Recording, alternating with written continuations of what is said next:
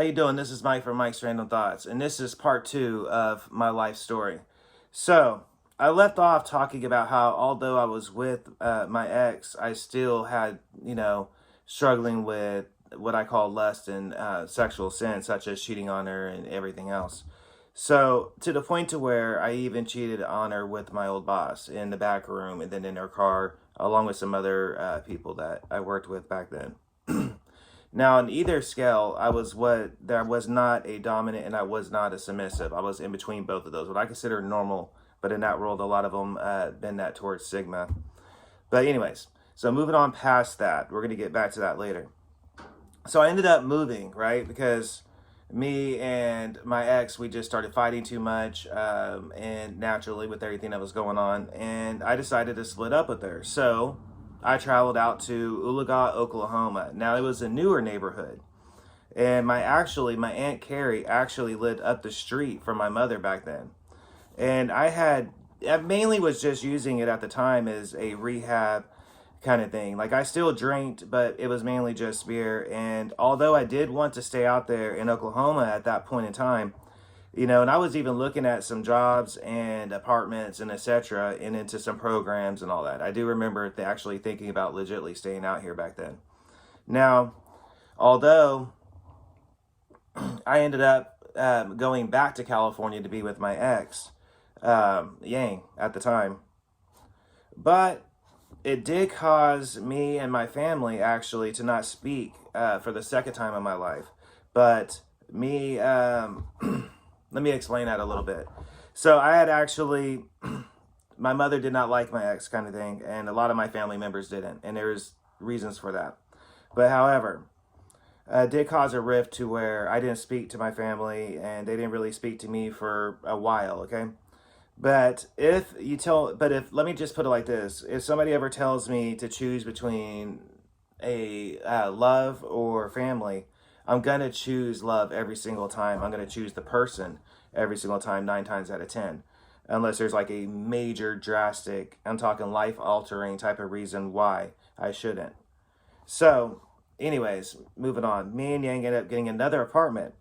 And somehow I managed to always keep doing drugs back in California.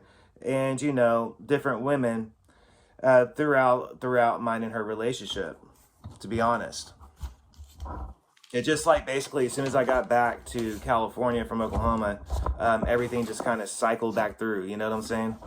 Is really what happened. I just got back into my old pattern of living. As soon as I got back out there, hooked up with my old people and etc., and just got back into my old scene. So anyways, when I get back, of course, things are good at first between me and Yang. I mean, we was really lounging all the time, just chilling. Let me put it like that, and hardly anything at all, unless we had family over and all that kind of stuff. Then we started fighting some more, honestly, and I actually kept up with my secret addictions from her, which was drugs and women, and honestly, was developing an image back then and a reputation. So you got to understand, her herself, she actually had her own vices. Okay. She loved to gamble, and I mean, she was really good at it as well, but she also loved image. Like, she was very much into her image, and she's very much into her reputation. She liked money, she liked gambling, she liked traveling, and those type of things. So people that used to know us said that we would fight hard, but we actually love harder. And I know that was an understatement, honestly, when people said that, because like I said before, when me and her got in arguments, like there was glass chunks in the wall. All right. And those glass chunks are in there from whenever me and her got in an argument, we were tossing the glass pieces across the room. And I mean, we still got into arguments and we still got in a fight, but you know what I'm saying? It was just one of those things. So like I said right here, so don't get me wrong. I mean, yes, we fought a lot, but we was together for like a really long time. And I mean, there was a lot of good times in that course of times as well. I mean, I actually made it worse with my own decisions and my own lifestyles that I actually kept from her. Now, luckily, when I was really trying, I had a silver tongue. You know what I'm saying? That's really how I got away with it. A lot of people ask me, how did you get away with doing coke and the women and all this stuff? I mean, she didn't even know that you were smoking cigarettes really for a long time. You know what I mean? Until the end of your relationship. I mean, let alone everything else I was doing. So how'd you manage to get away with it? Honestly, it was just knowing her and the game. Honestly, let me just put it like that. Better known on the streets is the game. I had a silver tongue if I really wanted to be. And that's what I utilized on her. So anyways, I would bring girls over whenever she left for work, for example, or I would actually go to their places. Like, she did suspect it sometimes. Believe me, she did.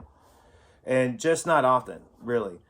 You know, like, check this out. I was fond of a shower afterwards, you know, kind of thing. And every single player knows why a shower and kitchens actually work, right?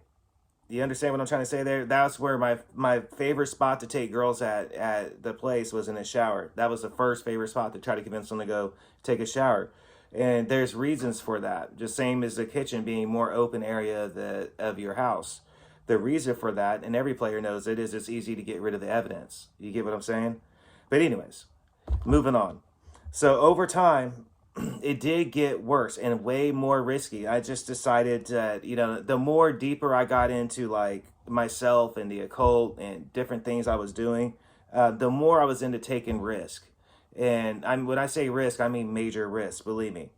So one neighbor actually lived directly to our apartment. What I mean by that is um, the neighbor, like right next, like picture the upstairs apartment complex. We had the upstairs unit, so the one that was right across from us. Okay. And she was a Colombian girl. Now, it was actually hot weather at this point in Sacramento. And Yang was actually sleeping in the living room on her mat, which she often did.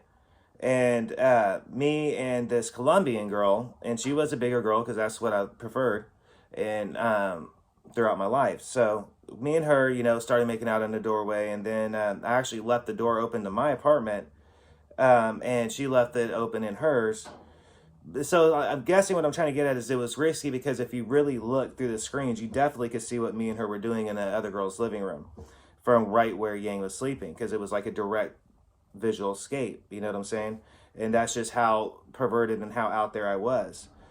So anyways, so I go back home afterwards, you know what I'm saying, realizing what I just did. And I immediately hopped into the shower. And then I start hearing Yang. When I'm coming out of the shower, I hear Yang talking. And she is dropping off. The Colombian girl decided that she was going to drop off food and introduce herself to Yang. And I do remember she kind of gave me this this wink, kind of unnoticeable to Yang, luckily at the time. But there I was, just like looking. I mean, confused as can be. You get what I'm saying? And then that was like about an hour before Yang was about to leave for work. So me and this other girl, we watched TV and ended up messing around. She actually loved her native liquor. It was a Colombian liquor. I'm trying to remember what it's called, but it has like the Colombian flag on it and it's like clear. But it turned out that her mom used to be a nun before she became a mother. Now, she actually worked for the Mexican Airlines at the time. Now, because Sacramento International Airport wasn't that far away, you get what I'm saying? And she was working for the Mexican Airlines because she spoke Spanish, being Colombian and all that kind of stuff. Now, the other girl was a neighbor girl, and she was a Filipino girl. And she used to actually walk around naked, and it was ultimately the reason why I tried to sparkle a conversation originally in the first place. You know what I'm saying? Now, and it got me and her talking. Turned out she was a flight attendant. And I don't remember what airlines exactly it was, but there I was, you know, and others, honestly, with her and the other girl, and then with other neighbors as well. Like, it just constantly revolved, and that's how that addiction works. When you're struggling with that type of addiction, you will develop patterns and habits, and that's just part of it.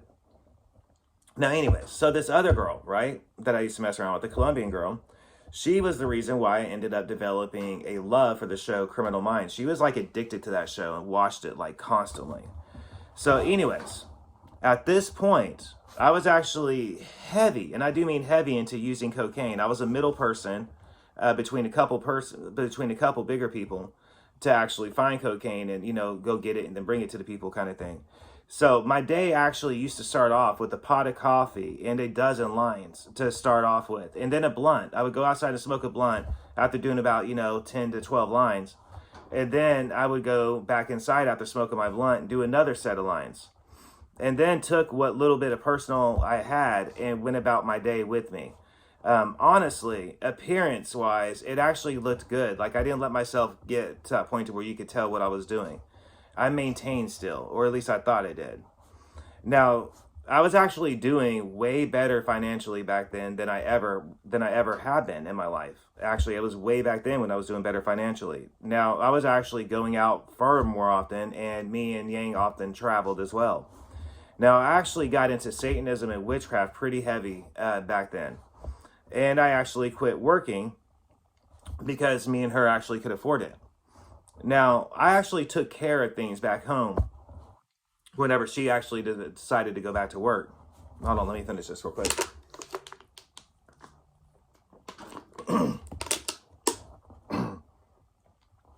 Now, that was also around the time I decided that I would start going to college. My major was actually culture anthropology at Sacramento City College. And I minored in sociology. So me and her managed to get a new car and all. And I mean, like, things were good financially. Not only was it me and her that got a car, her mom got a car, and her dad got a new car as well. Now, I always kept a tiny little home bar, okay? But I started drinking more often as well. And I started meeting up with different girls far more often, especially when I started becoming the middle person in code. Now, Heather, this was an interesting one. Heather was a Mexican girl, and she lived over in the Citrus Heights area.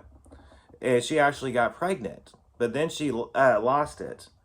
Okay, now understand that when she said that she was pregnant, she was having nightmares about angels ripping wings out of other angels, and it was really odd.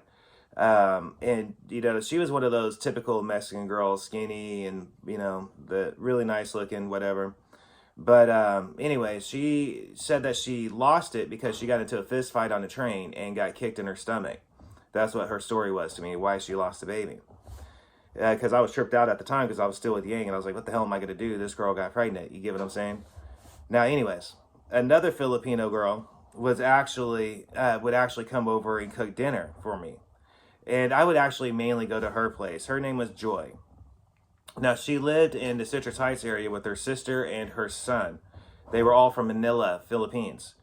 Now, one married woman, actually, this is a sadder story for myself, and I wanted to throw it out there.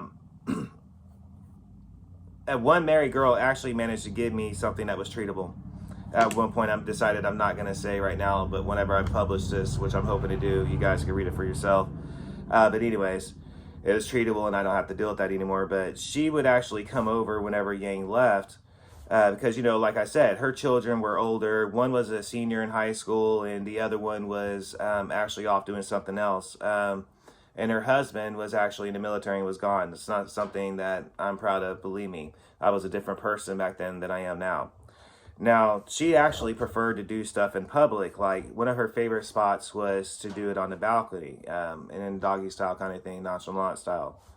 But anyways, another girl I messed around with was named Jasmine, and she was a typical red bone type of girl. And she actually did get pregnant. At least she claimed to get pregnant as well. And she said that she lost it, like the other girl. Now, generally, she actually enjoyed giving head. That was her favorite deal. Like, when I would smoke a blunt, she would actually go down on me while I was smoking the whole blunt. And it's just something she liked to do before me and her would do, you know, other type of things. And she was one of the ones I would take, you know, to the shower and etc. You know what I mean? Now, and she managed to come over quite often. And that lasted until Yang actually found her own hair tie in the couch, meaning Jasmine left her hair tie in the couch. I'm still convinced to this day that she did that on purpose, by the way. I'm still convinced of that. Like, I think it's just something that girls try to do to get you caught up. Like, the way it was like in the couch, underneath the couch cushion kind of thing. But anyways, my homeboy, he kept the code that we all live by. And he took the fall for me back then. You know what I'm saying? Literally, I called him up and I said, look, Yang's going to call you, bro. She's pretty heated. Whatever gets said, just go with it. You know what I'm saying? And he did it for me. Now, she was all apologetic to her, but she was like, I don't ever want you coming over at my place kind of thing again. And so be it. You get what I mean? But anyways, at this point in time, my drug addiction was actually getting even more crazier and heavy. I was always doing cocaine. I was always on cocaine or smoking a blunt or doing both. Like it was so, I always had a bag on me at all times.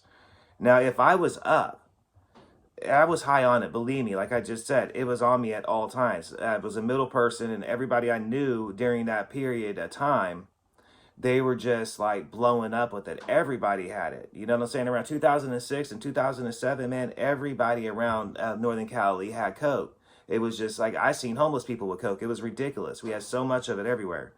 But anyways, moving on.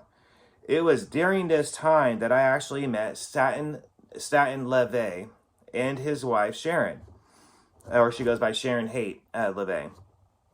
Now, I actually got to know them really, really well, and I became good friends with them while they were in Sacramento. Staten was actually the very first time that I ever watched somebody do a speedball in front of me. And hold on a second. I'm going to talk a little bit about that experience in just a minute. So, anyways, let me explain how I met him. I met him on MySpace. I sent him a long shot message. Okay, that's how many years ago this was. It was on his dying edge, but MySpace was still active. And I decided to send him a message on the chance of being able to meet him. And I actually ended up calling him once I managed to get his number. And he actually needed weed. So he called me back and said, "Hey, can you get some weed?" I said, "Yeah, no problem." And I was with my homeboy, Young Measy. He was from Oakland, California. You know what I'm saying? So then he called me up and said, "Look, I'm going to a festival, Hemp Fest, and I was wondering if you can get some cocaine." I was like, "How much you need?" So he told me how much he needed. I managed to get it. And this is like going on like the second time he had called. You get what I'm saying? And this time again, he needed cocaine. So when I brought it to him, this guy was actually thinking that it's going to be for free. I remember him literally doing this cocaine in front of me. And at first, he did a trial line, stiffed the line real quick, loved it, said it was Hollywood grade, where did I get it from, kind of thing. Then he did a speedball in front of me. And I literally told him, I got it from my Puerto Rican homie, man, but I need the money because, you know what I'm saying? What I would do being a middle person is I got the cash and then they would give me the cash back kind of thing. Being a middle person, I put up the cash for the product and then I bring you the product. You get what I'm saying? Now, anyways, when I did this, he actually looked at me and said, "Wait a minute, man, are you serious? You want money for this?" I went, "Yeah, bro, this stuff ain't free. This stuff ain't free, man. I need money for it." You get what I'm saying? And that's when he looked at Sharon and said, "Sharon, go in the back room and get the man the money for it. Get the money for the 8 ball." So, and I got to tell you, Staten loved cocaine. And I mean, back then I got very, very, very good cocaine. I'm talking it was known to be good cocaine. And that was when I also got deeper into Satanism. Now, the difference between me and Staten was he was Levian naturally, and I was theistic, okay? And that is very, very different than Leviism, which is what he went through. In fact, at one point, me and him developed a friendship to the point to where Sharon came over with one of her best friends and tried to hook me up with her. Although, like I was explaining to Staten that night, yeah, she had a nice, what's a better way of saying it, man? She had a nice snatch down there and all, you know what I'm saying? But she was just too skinny for me. I mean, you can see the girl's ribs like whenever she had one of those shirts on, you know what I'm saying? She wasn't, she's typical skinny girl up there. That was strike one. You could see her ribs. That was strike two. And then, you know what I'm saying? Ultimately, I looked at him. I said, "Look, man, she is just way too skinny for me. Like, I'm going to come out with like bruises. I've been through this with a skinny girl like her before. And I'm going to come out with bruises and it's going to be no good." You know what I'm saying? So anyways, interestingly enough, I had two dogs, me and Yang did. One was mine and one was hers. Now, Yang's dog was constantly growling at the girl that Sharon brought over for me. And I mean, she would not quit growling. Miju was going crazy. Snarling, growling. It was a mini Doberman Pinscher, man. Like, it was full on, like, Chihuahua mode. Just aggressive as could be. And I had to the point to where I had to put the dog up into the bedroom. And it was still barking at the door and all that kind of stuff. So anyways, moving on. Me and Staten, like, we actually got to know each other pretty well back then and became good friends. what it was I had the cocaine and everything else. But whenever we were doing it, we would talk about different things. He talked about projects in his life and what he's been through, what he's planning on doing. And he would do rants and that kind of stuff. You know, like I said, I was over there off and on all the time. But anyways, it's why I'm talking about, hold on. It's why I am not talking about more than I have, honestly, because it had to do with drugs. So the majority of the time I was around them, it had to do with what? Drugs, which is illegal. So I'm not going to go into too much detail than what I already have with it, okay? Now, I was actually, at the time, I was into Aleister Crowley, Palo Mayombe, voodoo, and shamanism. Now, Staten actually came over one time, you know, again, to get some coke. And he looked at my ritual room and he couldn't handle, he said that it gave him a headache. He said it was like a circle of chaos, just the energy in it was complete chaos. He said it gave him a headache and he actually had to leave the room. Sharon actually grabbed her stomach and said that it was making her stomach nauseous, the energy coming from the room, like it was making her sick. So, and you got to understand, like I said, that was the only room that I would not allow light in, okay? Let me explain that to you. I had turned the bed mat into a ritual mat, and with different symbology naturally for different things. The roof, it had real animal bones. I put real animal bones that were hanging from the roof, along with the no-chin on the top and Solomon seals in different areas, and etc. And the only type of light I allowed in that room was candlelight, and that was period. So even Yang and her family, nobody liked going in that room. They would grab something and immediately leave that room. It was always the same thing. They always said they did not like the feeling coming from that room, but yet I could sleep in there at the time. Do you get what I'm saying? That's how the enemy actually works. I even know no one else, everybody else around me was basically saying, yo, this is chaos. This is crazy. You know what I mean? I was still floating forward to it and with it. So anyways, one of my homegirls, right? She was actually hold on a second. Yeah, one of my homegirls, she was actually a shaman and she was a dyke, okay? And when I say dyke, I mean like a guy. She carried herself like a guy. She Muay Thai boxed and all that kind of stuff. And she was a Mongol, okay? And she came over one time and me and her were smoking. And I think she just wanted to get away from her old lady Gentry at the time. And it was like, me and her didn't like party like all the time like that. So she was like a complete different scene. I would smoke with them occasionally and talk to them because they were neighbors at Mises. You know what I'm saying? We're all neighbors in the apartment complex. But anyways, she had came over and she got close to that room. And she said it gave her such a headache and she was getting dizzy. And then she just started sweating. Like just sweat started pouring from her head. And then she kept asking me for water because she got really, really thirsty. And then she left, like saying that her head was pounding and saying, I got to go home. I got to get out of here. No offense. I got to get away from your spot, man. My head is just pounding. The energy in here is just crazy and I got to go. I got to go. I got to get out of here. So anyways, like I was just, I'm describing right now what I wrote down and what I just told you guys. I actually had real animal bones and etc. hanging from the ceiling and on certain areas of the ritual room. And there was like I was saying, there was no light allowed in the room whatsoever. It's also, interestingly enough, because if you know anything about the drug cartels, you know anything about the drug business, so it shouldn't be that surprise or that much of a surprise for a lot of my listeners. It's also the same room where I kept my cocaine in it. Now, it was like in there that Yang hated going in that room, so it was literally the fact why I kept the cocaine in there, honestly. It was because no one liked going in that room except for me. Period. So it was at this point in time that me and Yang, we was like literally basically living together, but we were living separate from the time basically. Like I was going to school and she was working overnight. So basically I would go like halfway into the day, I would go to Sacramento City College. When I got home, she was gone. Like she was already at work until like 2 or 3 in the morning. So I would get up early in the morning, like 6 or 7, you know what I'm saying? Start doing my thing, hit the town, come back, you know, off and on. I might be able to see her for like an hour to 2 to 3 hours before she went to work at this time. You get what I'm saying? Now, when I attended college at Sacramento City College, I mainly took night classes, mainly. Now, anyways, not saying that me and her did not see each other, because naturally we lived together, we did. It was just it was a really odd time though, and it was really feeling like kind of surreal at the time when I think back on it. I think that's the only word that comes to mind is surreal. Now, like she literally would start going to the casino and hanging out with her coworkers. So we literally would we would argue constantly behind closed doors to the point to where sometimes she slept on the couch, I slept in the bed, I slept on the couch, she slept in the bed. And I mean, and we would fight so hard, but yet would claim to be in love with each other. And like I said before, it would continue. We did stuff like casinos and travel together still.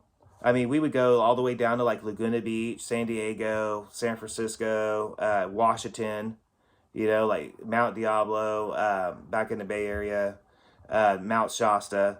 Like, so we would we would still travel and go like do things. But eventually, me and her managed to get a house, a 6-bedroom house in Elk Grove. Around the time like money started getting better, like I was saying earlier. In fact, we got a brand new car, and her parents got new cars as well. Like life was getting really, really good for us back then. I mean, and by the looks of it, it was fantastic. If you were like to look in the window complex, like I'm saying complex, like how if you look through the window, you can see what's going on. It looked really good, but what's really going on?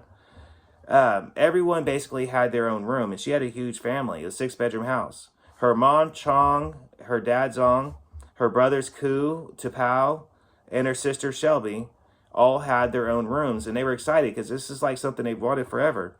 And of course, me and her, we had our own rooms, and her parents had their own room. We even had a garden that we shared back then, outside. Like there was when we got the house, somebody had left a kids' play area in there. And I had turned that into like a collapsed outside altar, and her dad used half the backyard as a garden. So I was still going to school at this point, and the house is in Elk Grove. But that was when I actually transferred to Casumas for a while. But anyways, at one point, like I said, to Casumas College, and I mean it all looked good, right? I was still getting deeper and deeper in cocaine back then, though. And the occult and her family disagreed. Like it's a culture thing. You know what I'm saying? Meaning like my religion, they did not like my religion because they were shaman. Just because they were shamanistic didn't mean they liked the stuff I was doing. They considered it dark and evil and dangerous. So they did not like it because of the culture thing. But anyways, I had an altar in mine in her room, and also one in the backyard as well. I was always traveling by train back then, and by bus. Cocaine, weed, women, basic middle person runs that I had to make. You know what I'm saying? Even though, I was living out Grove, I was still hitting the train and the bus and still doing those middle people deal with everybody I knew back in Northern Sac. So I was constantly going back and forth from North Sacramento area to the South, in the South and Thomas area, to DPH, Del Paso Heights, North and Thomas, and the downtown area, and Old Sacramento still. That's the list basically of everywhere that you could find me at in Sacramento back in the day. Those are my primary stomping ground areas in the city of Sacramento. Now, I basically just slept in the South Sacramento area at the house. You know what I'm saying? Now, do not get me wrong. I loved her family. I really did. And I actually still think about them occasionally. And I actually still wish them the best. I actually pray for them to this day. I actually pray for them. Now, I ended up in Elk Grove. Her mom, whenever I left, when I actually decided to leave Yang, like for real, her mom was actually crying. You know what I'm saying? Like literally crying, saying, "You don't love us no more. You don't love us no more." Like I said, when you marry an Asian girl, you really marry the whole family. So she was saying, because I'm leaving Yang, I must not love the whole family. So she started bawling and saying, "You don't love us no more. You don't love us no more." And her dad was smoking a cigarette outside. He ended up grabbing me and gave me a hug, which is really odd for him. And you got to understand their culture, why that's so odd, okay? He gave me a hug and told me, literally said, "I don't love them anymore," like her mom did. And I said it was actually me and her, like me and her daughter. It had nothing to do with them. It just wasn't working between me and her anymore. You know what I'm saying? I literally left that night, put the wedding band at me and her down. Like I said, we got married in her culture. It wasn't a legal American marriage, okay? But it was her culture kind of thing. So I put down the wedding band, And I actually left her house. I left the house with a suitcase and a backpack, okay? And here I am. I'm walking down the street, right? Calling out my homeboy, Young Meezy, on my Metro PCS. And I said, Joe Meezy, I need you to come pick me up. I'm in a Grove. I'm in Elk Grove. Where you at? You know what I'm saying? Now, literally, he frequented South Sacramento all the time. Like I said, I would hustle in North Sacramento, but he was always in the South Sacramento area. You know what I'm saying? But anyways, and he swept me up from the Grove. And man, let me tell you something. That was an intense situation. Let me tell you. I was trying to dodge Yang in her own neighborhood, South Sacramento, Elk Grove. So me and Meezy, we hit the casino that night. And then we hit North Thomas, back home where I'm from, where I'm comfortable. And this would have been like around the third time I actually overdosed on cocaine that night. Third time. Did you hear that? You heard that right. I overdosed 3 times on cocaine. That was the third time. Me and him, we decided to get an 8-ball and an eighth of grapes, all right, to smoke. Now, in fact, we ended up actually getting another 8-ball because we ran out of cocaine. Even though me and him had our own 8-ball, that's how much cocaine I was doing. Okay, you got to understand how much an 8-ball is. And I did a solid 8-ball in like one afternoon and night. You get what I'm saying? So by like 3 in the morning, I'm already getting another 8-ball. Now, anyways, moving on. Every time, right, I OD'd, it actually sounded like the best way when people ask me, like, what is it like when you overdose on cocaine? To me, it actually sounded like the robot from Charlie Brown. You know what I'm saying? That womp, womp, womp, womp type of sound. And I would actually, normally when I overdose on cocaine, I would actually like go smoke some tree. And you know what I'm saying? I end up mellowing back out and getting good. So eventually though, I ended up getting a ride out to my aunt's house from my other aunt out to Wheatland, California. Now, I actually remember riding with one of my aunts going to Wheatland, California. And I mean, that's right when the drainage happened to hit me. Okay, so I'm sitting in the back of the car. And I'm thinking about I'm leaving Yang, who I've been with for almost like at this point, like 9-10 years almost. And bouncing out again. So I'm already upset and not really saying much. But then all of a sudden, because I haven't seen my aunt in forever, all the drainage, remember how much cocaine I was saying I was doing? That's 2 8-balls, man. I did one solid one. My homeboy did one solid one. And then we did a whole nother one before I left. That was all in one freaking day and night, bro. Anyways. All the drainage just opened up my nasal cavity and hit me all at once. I'll never forget how high I actually got when it all hit me. And I mean, I was really, really high on that trip and trying to hope that nobody would notice. I mean, I'm talking, I was gone. But eventually, I still managed to do what? Because of the way I was feeling, I still managed to hit up Yang.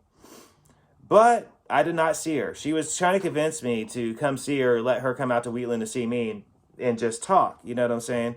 But we just talked on the phone instead. I went out for a smoke and, to walk and smoke as well. And to hit some cocaine that I had still on me.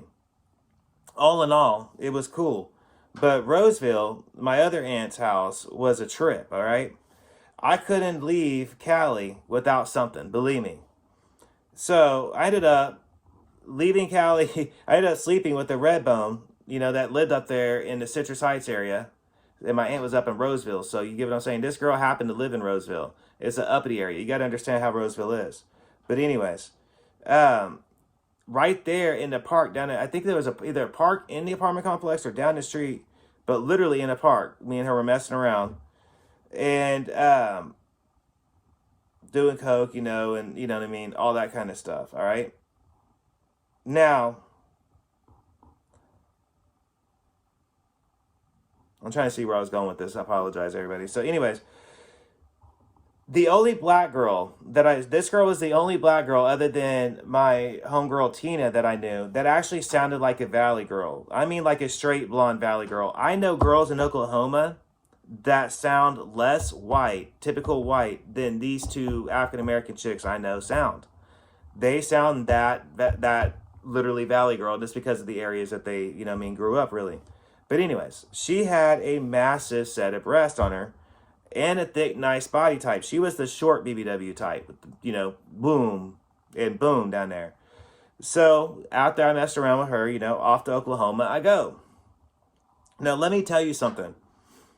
This is God working in my life and protecting me still without me knowing it. Like I said, my journey of finding God. This is part of it. He was moving in my life. I didn't even realize it until like way later on. So anyways, I'm flying to Oklahoma with the plan, okay? In my head, my plan is to open up a satanic church, leaving gang, for the first time in forever, going to Oklahoma. I can say I got some looks, honestly, but it wasn't that bad of an experience from what I can recall. I was not, I was not a typical satanic goth type, okay? Like, I will say this though. Back in my single days, one of the weaknesses I had was short, gothic, pale white girls. Like the short, boom, boom, boom, like I was just describing, but white, thick, gothic girls, that was like a weakness. Even more if they had like a British or Southern accent or something like that. Don't even get me started on that. That was like in my younger years, that was one of the ones I would have a weakness for. But anyways, I was still traveling. I was very proud of my religion, and I still traveled with my Baphomet that I used to have around out of everywhere. And that's what I meant by I got some looks, but I wasn't as bad as what you would think, flying on a plane going to Dallas, Texas, getting ready to go to Oklahoma and other spots. But anyways, I wore sunglasses mainly. I think the craziest thing I did was I probably wore sunglasses occasionally inside. You get what I mean? And we all know why I would do that. But anyways, I was just full of worry and anxiety on that flight, okay? I really was. In fact, I did not know what to expect for real when I got to Oklahoma. But I knew I wanted out of California, and I for sure knew that much. So, Ulaga, Oklahoma is where I end up at my mom's house. My plan was actually to stack money because I was still getting revenue. So, my plan was to actually stack money and lay low, get a job in an apartment. Now, I did not drive back then, okay? So I didn't know anyone. So all I had was a laptop and internet. I managed to find weed, though, not too long after getting there, by the way. There was a liquor store and a gas station. God is good, though. I'm just saying, how else? All right, here's the deal. Y'all want to know what I mean by God is still with me, even though I was a Satanist at the time? Like, I still feel like he was still watching over me. How is it that I'm doing laundry, right? And I find a bag of cocaine. I was doing so much cocaine, I had forgot to take that bag of cocaine out of my cargo pants. I had a pair of cargo shorts that was in my luggage, and cocaine, 2 bags of cocaine in it. And yet, out of all the airports that my bag and my luggage traveled to, no one found it. I was mad though because I washed it. I washed this pair of pants, completely forgot that they were even in there. When I get them out of the dryer, I'm getting ready to fold them, and that's when I discovered the ruined cocaine bag. Now that's how much cocaine I actually did back then. I have forgot about 2 full bags of cocaine in my shorts. Thank our God, our Heavenly Father, that the security force did not find me and catch that one at every single airport. Now, I still remember, like I just said, seeing the cocaine baggies and thinking to myself, man, that ruined in a washer. But I remember thinking I still had my addiction because it was just became a way of life for me. Like it was part of my routine. I would get up, I would do that, I would do this, I would do that. It's like I was one of those, I just incorporated something into my routine and it became part of my routine. Now, anyways, I ended up hooking up with different girls from a dating site, right? And hook up, in different hookup sites and different hookup apps and different things like that. I had joined these find a bride sites where you can marry girls and all that kind of stuff. 2 girls was in their car, basically. Oh, hold on.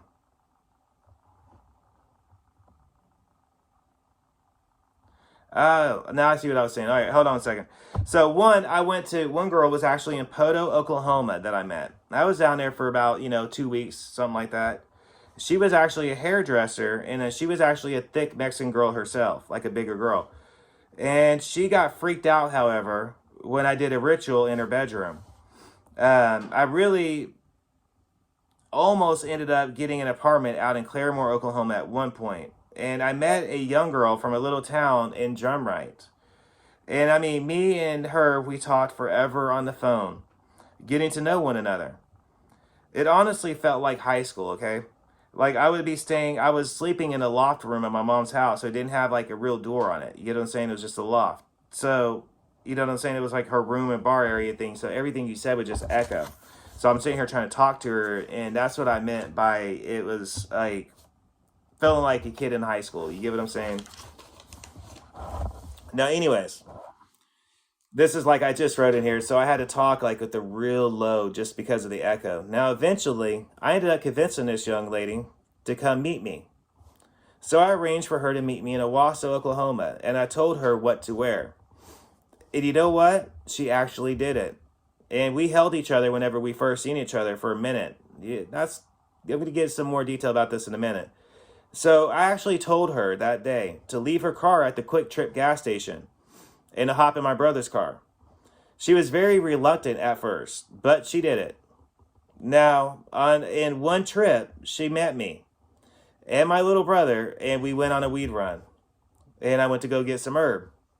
So that was my charge for the ride. So I had to keep my word. You know what I'm saying? Meaning I had to smoke with the person giving me the ride. So she definitely was surprised by this the whole trip, because me and him would just smoke around Owasso driving around, and it was illegal back then. It wasn't legal yet. Made our way back to Owasso gas station. So we're halfway down the turnpike. Me and this girl are, right? Meaning I got in her car, we're driving, etc. So me and her are halfway down the turnpike, and she says, "By the way, my car's been lit on fire before." And I remember being so stoned, going, "Well, it's not going to break down on the middle of the turnpike, right?" That was my main concern because of what I had on me. You get what I'm saying? It's Oklahoma. And believe me when I say, before marijuana was legal in Oklahoma, these cops in little towns, they would get a hard on over a joint and take you down over a pinner. You get what I mean? For a minute in jail. But anyways, I got this tree on me, and that's why I was nervous. So she just started laughing, and on our first date, I actually took her to Taco Bell. If my memory serves me right, that was in Owasso. So we get to Drumright, and I was surprised at how small it was, meaning the town. But it was a comfortable feeling kind of town, even when it was dark. So we pulled up into her apartments, and she had lived with her cousin, who, like Jess, is from Hawaii. Her cousin's boyfriend, who is actually from the East Coast, or baby daddy, I should say now, he was from the East Coast, and their friend Miguel, who was all from Hawaii. So me being from California, I was pretty comfortable. So I remember being hungry, though. And she was a manager at Mazzio's in Cushing, Oklahoma. And she was also a manager at the Drumright video store, Showbiz. So I met her friend, who was another manager. I want you to remember something, my secret addiction in my whole life, okay? So let me explain a funny story.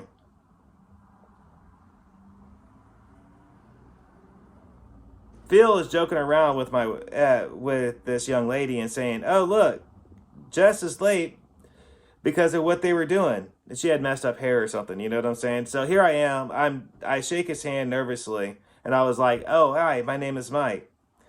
And then I introduced myself, and then I managed to get some pizza. Now again, I was kind of like this okay kind of thing at this point. Do you get what I'm saying? I ended up going, though, and chilling in the car. Now, she also delivered for Mazzio's. I am sitting there listening to some Mac Dre smoking a blunt, and her boss appears. He asked me not to smoke weed in the car, though. Like, he's like, "You're a nice guy and everything, but I can't have you smoking in her car in the parking lot." You get what I mean? And like he said, "I don't really care that you smoke, but man, the Mazzio sign is on it." So, and he said, "And it's reeking out here. You're making the whole parking lot reek." So that's actually how I met her boss, and later my future boss. She came in, she came over to the car, she got her sign, and just kind of gave me this look, if memory serves me right. And so we go back to her place. The next time I'm sitting in her car outside listening to music, smoking a blunt, she actually texted me and told me, "You can't just smoke in a parking lot. You can't just smoke weed in a parking lot like that out here. This is Oklahoma. This isn't California." So I actually go inside, and I was high and stuff. So I took some candy from her desk area that she had on the, where she would run people up and all that. And I'm just like started just chilling at her spot basically when she went to work. Now I actually remember one night she looked at me and asked me, "Are you ever going to go back home to Ulaga?" And I actually asked her. So I actually asked her, "So do you want me to go?" And she said, "No, I'm not saying I want you to go, but if you're not going to go, we need to figure something out, don't you think?" So eventually, I ended up getting a job at Mazio's. And that's where I met Tony Bowles. And I had to include him in this because we used to work in a back kitchen. And okay, this is just more of how I used to be before I became a Christian. Jessica was actually out front. And then you had the driver's area, right? So Jess used to get mad at us because, one, me and him was always getting stoned, and we were very loud. We were a very loud type of people. And she would go off sometimes because we'd get carried away. Like, literally, she'd be like, "Why are you cursing? I could hear you all the way into the lobby. Knock it off." So Jessica dealt with my anger outbursts as well as even customers. Luckily, I had controlled my sexual addiction. Not cheating, flirting, maybe, yeah. But cheating, no. My use of porn sites, though, actually skyrocketed during this point. Eventually, into, campsites and all that kind of stuff. Now, it was why I spend a lot of time actually posting right now, currently. If you're still following my show, and I hope many of you do, it's the reason why I'm always posting anti-porn and anti-porn facts about the porn industry. One, because I used to help with Satin LeVay, and I knew girls, amateur girls, and the amateur adult actresses, not actresses, models, I guess is what you would say, for fetish sites and etc. So I knew a little bit about it, and that's why I spend so much time actually talking about shutting down different sites, the no porn movements and different things. It's all rooted to that fact of how I know how this addiction can work. And anything that could help people with fighting it would be beneficial if you ask me, believe me. So anyways, like I said, think about it. Here I am with the beautiful girl, and I'm still having issues. That's how bad this addiction could get. Now, believe me when I say this, okay? Me and her, like I just said, we made love plenty as a couple, and way more actually than majority of couples do. Mainly due to the fact that my high drive 5 times in one day is more than possible with me. So, yet my sexual addiction, hold on a second, I was having it. I'm trying to think of a better way to say this, what I wrote down, everybody. So, yet I was with her and still able to make love to her, but yet my addiction was so out of control that I would still give in anywhere between 2 to 5 times daily on top of that, just secretly. So that'd be 5 times by 5 times, which means 10 times a day back then. It was not uncommon for me. And I could tell you stories about different things, from going from a healthy one to clear to blood even, from the amount, okay? No joke, okay? I know how bad this addiction could get for personal experience. That's the whole point of this testimonial series. But anyways, so look, my addiction was skyrocketing bad back then. And when I looked at women, it was so bad that I could actually picture what they would look like naked very easily. This is due to my imagination being so creative that it was, and the addiction and the amount that I was giving into it and experiencing and going through. So I was normally almost like a perfect, hold on. See, it was an uncomfortable fact for myself, just how it would happen for me whenever I was talking to different types of women. So I'm taking some time to explain the sexual addiction facts with myself. Hold on a second. Oh, see, I'm trying to see, like, well, I was sorry for stumbling there. I had wrote this all out and lost track of where I was. So, anyways, if I was to include all the details about my addiction, the different girls, the different experiences, and etc., okay? I wrote this out for a reason. This segment wouldn't turn into my life story. This segment would turn into a short porn adult story. And honestly, the women, I could not recall them all. I don't remember their faces, and I can't even think of a number, and I'm not saying that in a good way, throughout my life. It's actually a horrible fact. I can't even think of a number, and I can't even remember their faces, just vague descriptions. So anyways,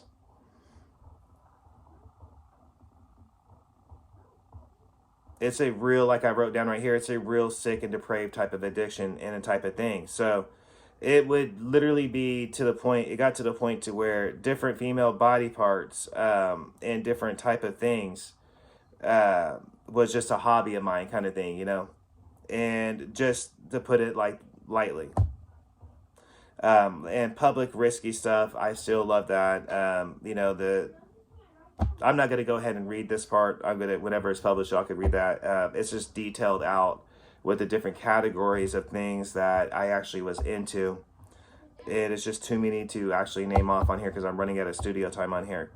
So anyways, because of the amount of things that I was into, nothing was off the table when I met a girl. And that's what I meant earlier about it didn't matter how good of a girl I had. My addiction was that chaotic that even if she was being a good woman, I still gave into it at one point because it was just that bad of an addiction. I know I struggled there in the last 3 minutes. I'm glad you guys bear with me. So the only issue I had was I didn't want other men involved, and that goes all the way back to high school, but I'm not going to go into that. So anyways, let me just tell you this. You would be shocked, and I mean absolutely shocked, at what real women will actually let you do. And admit if you're willing to try and you actually make them comfortable with talking with you.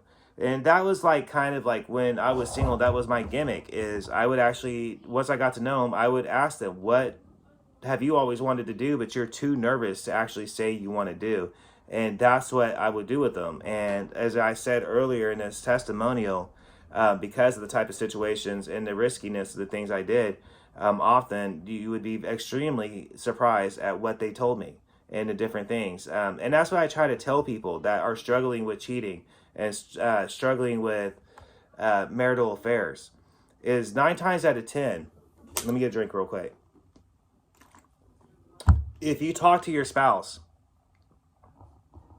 and are open with them, you would actually be pleasantly surprised at how many of them would actually be willing to try this or that. The problem is a lot of people, okay, a lot of people don't have the courage to talk to their spouse about different things. And that's the reason why they do the things they do. But honestly, majority of women are actually way more open-minded than a lot of men give them. So if you actually are just straight up with them and talk to them, a lot of times you'd be surprised. Let me put it like that. And I mean, honestly, it shouldn't be that big a surprise. Think about the books they read. Have you ever read one of those romance novels? There's a reason why they don't have pictures in them. Okay, but anyways, I'm going to move on. The reason for this was throughout my life, I had not only struggled with this addiction, but I was also molested early on in my life. And I was also physically abused. Now, men, back then, I just kind of gradually grew into my addiction. The sexual addiction just kind of grew throughout my years I would say from preteen to teen into adulthood. It just kind of, I guess it just grew as I grew, really. Honestly, is the only way to describe it. So by middle school, I actually secretly, experimented with like my own body. No one knew this at the time.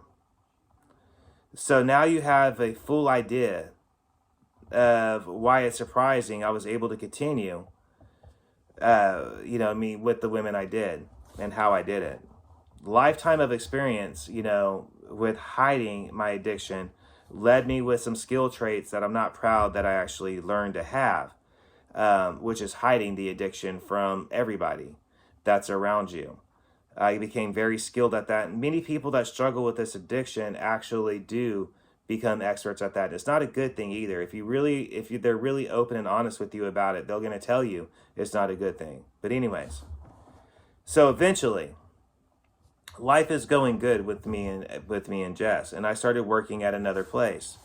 We lived with her grandma at the time, and I adored her grandma. I mean, her grandma was my grandma. Her grandma, to this day, may she rest in peace, I still think about her. She was very much adored, and there was a reason why.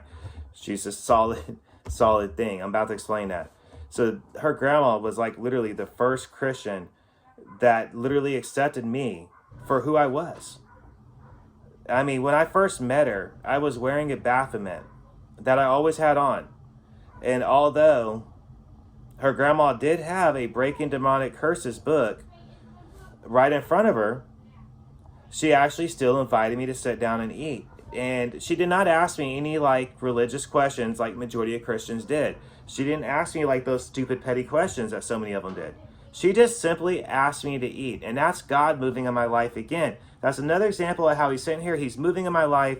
He's trying to make me wake up. And once again, I still did not see it. Now, anyways, I'm saying this for a reason, because like I said, she didn't ask me anything religious. She just accepted me for me, and she didn't do no kind of judgment on me. In fact, Jessica actually told me she came from a Pentecostal, speaking in tongues, casting out demons type of family. So I did not know what to expect when I met her. That's why the Breaking Demonic Curses book kind of threw me off kilter for a minute. You know what I'm saying?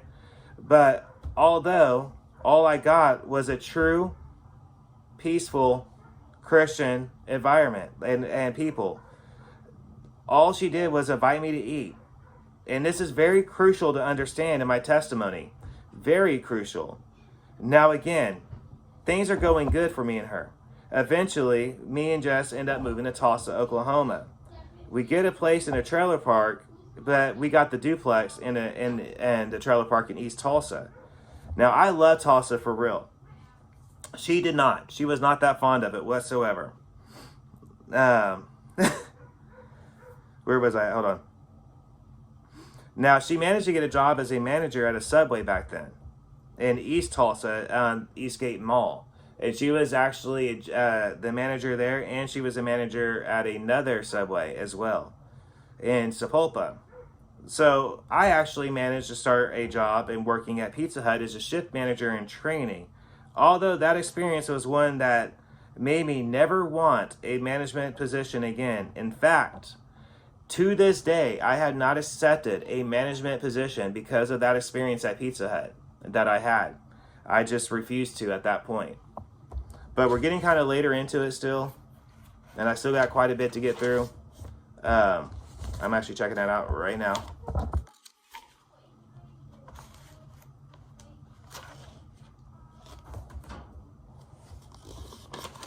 Now we're getting to the point of how I found God.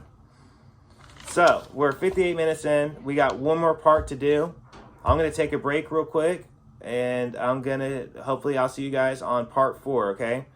But we're getting closer to how I found God in my life's journey. This is a story about my life, and it's also my testimonial story at the same time. This is why I said it's crucial to understand how her grandma treated me. Here I am, a Satanist, right? 1, Jessica and me have fallen madly in love.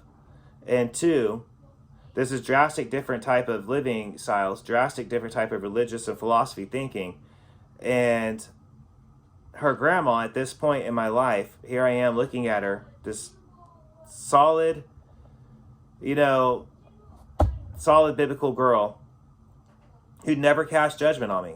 And that's why I said it's very crucial to understand at this point in my testimony where my mind's going to. No, I am not a Christian at this point still.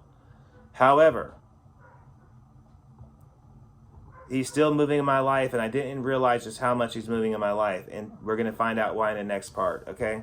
So everybody stay tuned. It's been Mike. Peace, love, and good vibes. Everybody have a good night.